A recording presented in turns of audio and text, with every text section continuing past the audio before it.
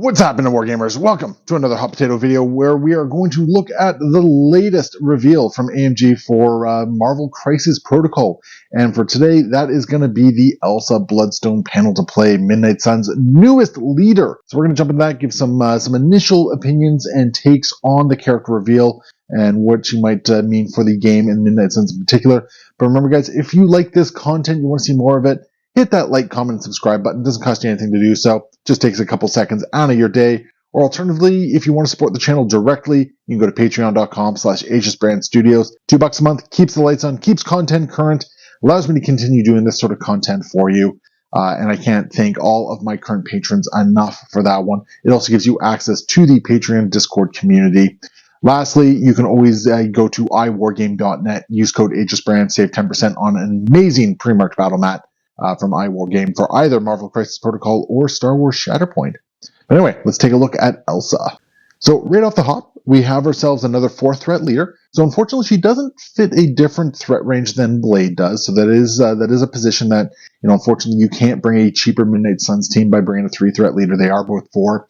She also has pretty much the same stat lines as Blade as far as defenses go. 4-3-4 for her defenses. She's got 6 stamina, I'm pretty sure on both sides. Yep, 6 on both healthy and injured side there. She is a size 2 character. She's got a medium movement. Pretty standard for a 4-threat character. Can't really complain about any of that. But she has a kit that kind of makes use of her movement, which is kind of nice. So looking into that, her very first part of her kit is her builder attack. It is a monster hunting weapon. It is range 4, 5 dice, 0 power. Your typical builder, but it's got 2 really cool triggers on it. It's got a crit trigger for cursing shot. After the attack is resolved, the character is going to become slowed. It also has a wild hellfire shot, which is going to apply incinerate after the attack is done, if you get those triggers. So on 5 dice, I want to say it's something like a 30-some-odd% chance to get a wild trigger, so it would probably be the same on the crit. Getting both, probably much smaller than that. I know you can go to Jarvis and get those numbers in there. It'll run them all for you. But 2 really good conditions that you can dole out at range 4 for no power. In my opinion, it actually makes cards like Bats the Ghost Town finally feel a little bit more useful. I've never really been a big fan of that card. It feels a little bit better now, which is really kind of nice. It also means that if you move up to the midline, she's going to be able to potentially put some debilitating conditions onto your characters. So anyway, moving on. We next have a Blood Gem Blast, which is a mystic attack, range 3, 6 dice for 1 power base. Now this one has one of those effects that I really like, where you can pay additional power up to, I think it's up to 3, up to 3 power. For each power paid, you basically add an additional attack die. So it can become a 9-die attack for basically a 4 power cost. Again, that's pretty good return right there. I don't mind throwing 9 dice for 4 power.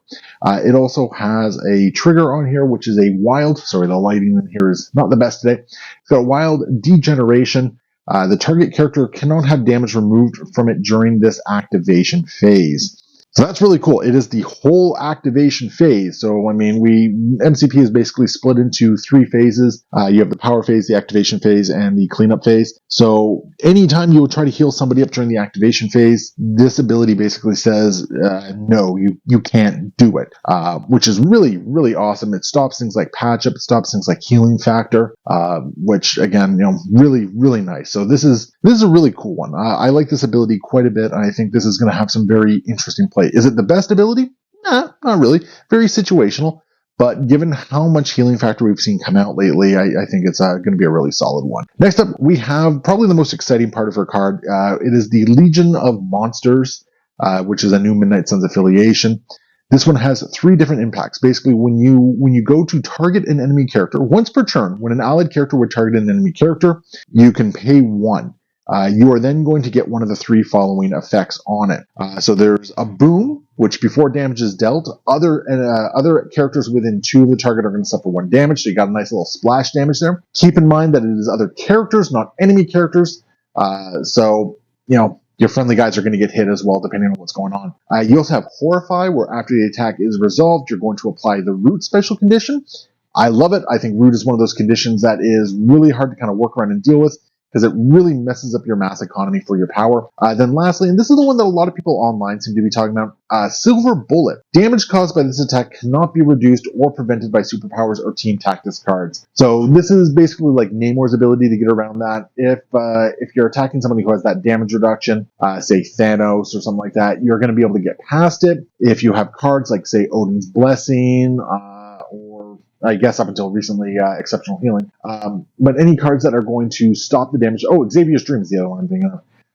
This ability can potentially shut those off. So if your opponent has one of those abilities in their back pocket and you absolutely need to get some damage through, this is a great way of doing it. You can spend 1 power and you can make sure any damage applied to it is not going to be stopped. So really great, especially if you just need that last 1 or 2 points of damage. Next up, she's got an active ability for 2 power Hit and Run. This is basically an action. You make an attack followed by a move action. What I really like about this one is that it's not limited to once per turn. So if you have the power, Elsa can actually be quite mobile, getting in 2 attacks and 2 medium advances, which is really great, especially with the range bands that she's working with here. Next up, we got Supernatural Senses for 2 power, basically against a physical or a mystic attack. She can reroll, during the modified dice step, she can reroll any number of defense dice, including the skull results. So I believe this is pretty close to, if not the same as what we had on Blade. Really powerful ability when it comes into play, when you can take advantage of it, especially the fact that you can reroll those skull results. It can make her deceptively tanky in that regard. Don't bank on it, but it is still a really nice bit of defensive tech. Lastly, we have the Bearer of the Blood Gem, and this one's kind of a neat one. It has basically has 2 effects to it. When an enemy character causes this character to gain 1 or more special conditions, basically you will apply 1 damage to that enemy character. So, I mean, bleeds, poisons, anything like that, especially if they're mandatory conditions, this is a way to just sort of like pop 1 power of damage back onto them. It's also surprisingly mean against any leaderships or anything like that that play around with conditions. Nextly, she also cannot be advanced or placed by mystic attacks or enemy superpowers. So notably on here, things like Cosmic Portal or Mind Stone or stuff like that. I think it's Mind Stone.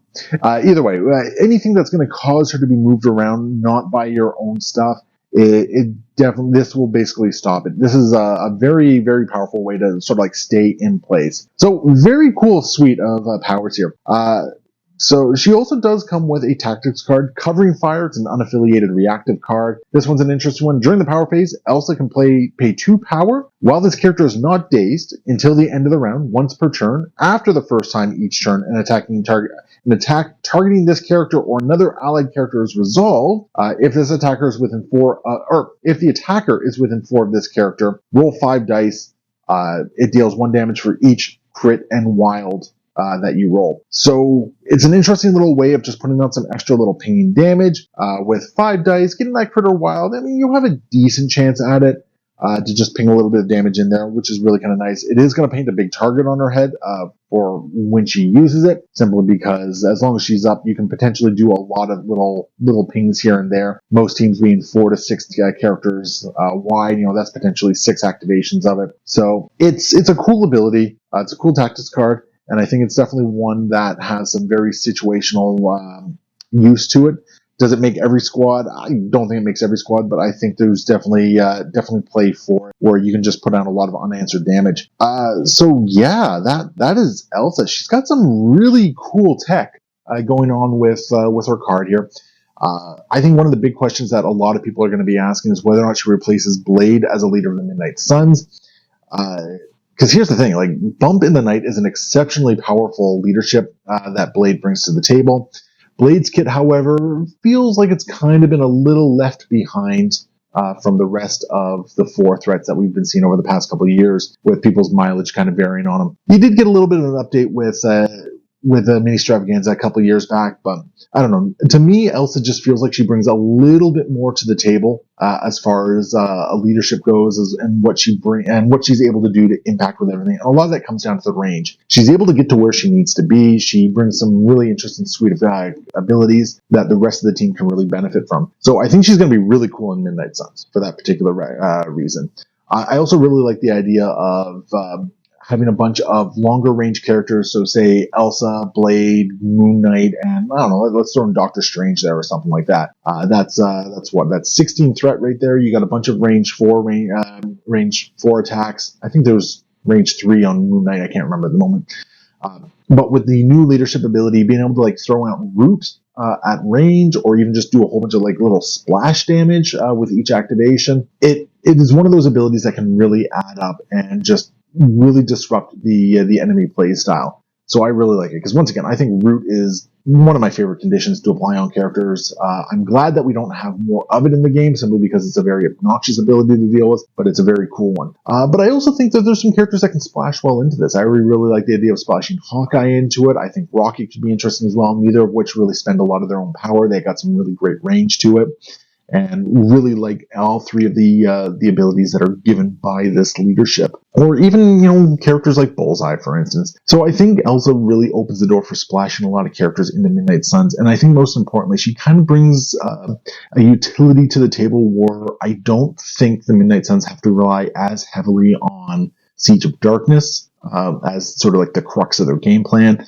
It gives them some ability to kind of pivot and shift and do some other stuff there. So really, really cool in that regard. As far as where she kind of goes in other places, I think she brings down some conditions that are really useful that a lot of other teams will definitely be able to take advantage of. Whether or not she's replacing a lot of other 4 threats, I'm not entirely sure. I kind of want to try her in my shield roster because, once again, being able to put on a slow or incinerate at range 4, I really like it. The downside is, obviously 4 threat, and you gotta kick somebody out of the team for that one. She doesn't benefit from any of the shield specific affiliated cards. But yeah, she's really, really kind of interesting here. I think she's bringing a lot of great stuff to the table, and I think she's going to really cause some teams to kind of rethink how they play into Midnight Suns, because they did get a lot of flexibility with this one. So I think Elsa Bloodstone is going to be a great addition to the game, and I'm looking forward to seeing her on the table. So definitely sound off in the comments below. Let me know what you think about it. If you have any insights that you want to share with everyone else, comments, or if you just disagree with something I said or anything like that, let's hear it. Let's get this conversation going, and let's get excited for when Elsa and Man-Thing come out next year. Anyway, with that one, happy wargaming.